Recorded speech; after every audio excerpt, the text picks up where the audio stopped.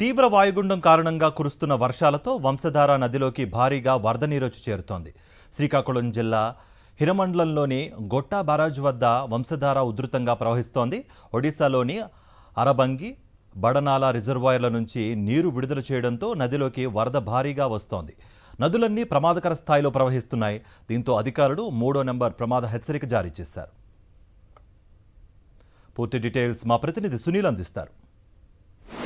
ఒరిస్సాలో కురిసిన భారీ వర్షాల నేపథ్యంలో శ్రీకాకుళం జిల్లాలోని నాగావళి, వంశధార నదులకు భారీగా వరద నీరు వచ్చేరుతుంది. ఈ నేపథ్యంలో శ్రీకాకుళం జిల్లాలోని ఇప్పటికే వందల ఎకరాల్లో పంట పొలాలు నీట మునిగాయి. దాంతోపాటు లోతట్టు ప్రాంతాలు కూడా జలమయమైన పరిస్థితి.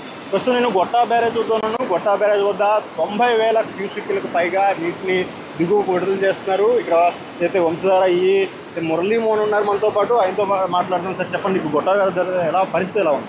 ప్రస్తుతం 1,00,000 క్యూసెక్ల వాటర్ మనం వరద కిందకి సముద్రంగా వదలడం జరుగుతుంది. అలాగే మనకి ఇన్ఫ్లోస్ ఏవైతే ఉన్నాయో ఆ 1,00,000 క్యూసెక్ల ఇన్ఫ్లోస్ కూడా మనం సముద్రంకి డైరెక్ట్గా వదలడం జరుగుతుంది. ఇప్పుడు నిన్న సాయంత్రం 6 గంటలకి మనకి గొట్టా బ్యారేజ్కి 30,000 క్యూసెక్ల వరద చేరింది. అప్పటి నుంచి గంటకు పెరుగుతూ ఇప్పుడు మధ్యాహ్నం 12 గంటలకి 1,00,000 క్యూసెక్లు చేరుకోవడం జరిగింది.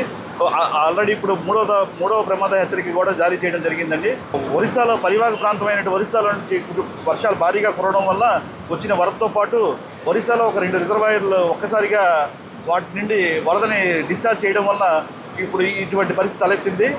అప్పటికి ఒరిస్సా అధికారులతో మనం ఎప్పటికప్పుడు పరిస్థితిని అంచనా వేస్తూ తాలూకా డిశ్చార్జ్ని ఎప్పటికప్పుడు క్యాల్కులేట్ చేస్తూ ఎటువంటి ఇబ్బంది లేకుండా వదలడం జరుగుతుందండి.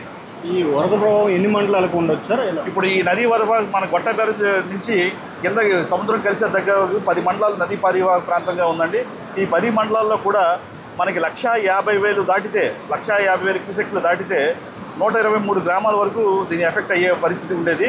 కానీ మనకి ఇప్పుడు ప్రస్తుతం ఉన్న వరద 1,00,000 క్యూసెక్లతోటి ఆగిపోవడం వలన మనకి కేవలం ఈ 3 మండలాల్లో ఓన్లీ ఒక 10 గ్రామాలు మాత్రమే దానికి ఎఫెక్ట్ అయ్యాయండి. ఆ 10 గ్రామాల ప్రజలను కూడా సురక్షిత ప్రాంతాలు తరలించడం జరిగింది.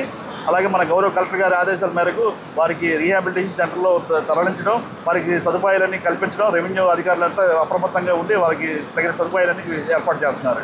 ఇది ఎన్ని వందల ఎకరాల్లో ఈ ప్రభావం చూపించే అవకాశం ఉంది సార్ వరద నీరు? ఈ వరద నీరు ముఖ్యంగా ఇప్పుడు ప్రస్తుతానికైతే పంట పొలాల్లోనే ఒక 5,000 ఎకరాల నుండి 10,000 ఎకరాల వరకు ఇనాండేషన్ అయ్యే ప్రమాదం ఉందండి. కానీ 2-3 రోజుల్లో పూర్తిగా రిసీడ్ అయిపోయి వాటరు ఎటువంటి ప్రమాదం పంట పొలాలకు ఎటువంటి ప్రమాదం జరిగే అవకాశం అయితే లేదు. ఈ వరద ఉధృతి ఎంతవరకు కొనసాగే అవకాశం? ఈ రేపు సాయంత్రం వరకు ఈ వరద ఉధృతి కొనసాగి రేపు సాయంత్రం సాధారణ స్థితికి, అంటే మామూలుగా 20,000 క్యూసెక్లు సాధారణ స్థితికి చేరుకునే అవకాశం ఉందండి. ఏదైతే పరిసర ప్రాంతాల ప్రజలు ఉన్నారో అప్రమత్తంగా ఉండాలని కూడా ఇక్కడ ఉన్న వంశధార చెప్తుంటారు. కెమెరామెన్ రాజుతో సునీల్, సాక్షి న్యూస్, శ్రీకాకుళం.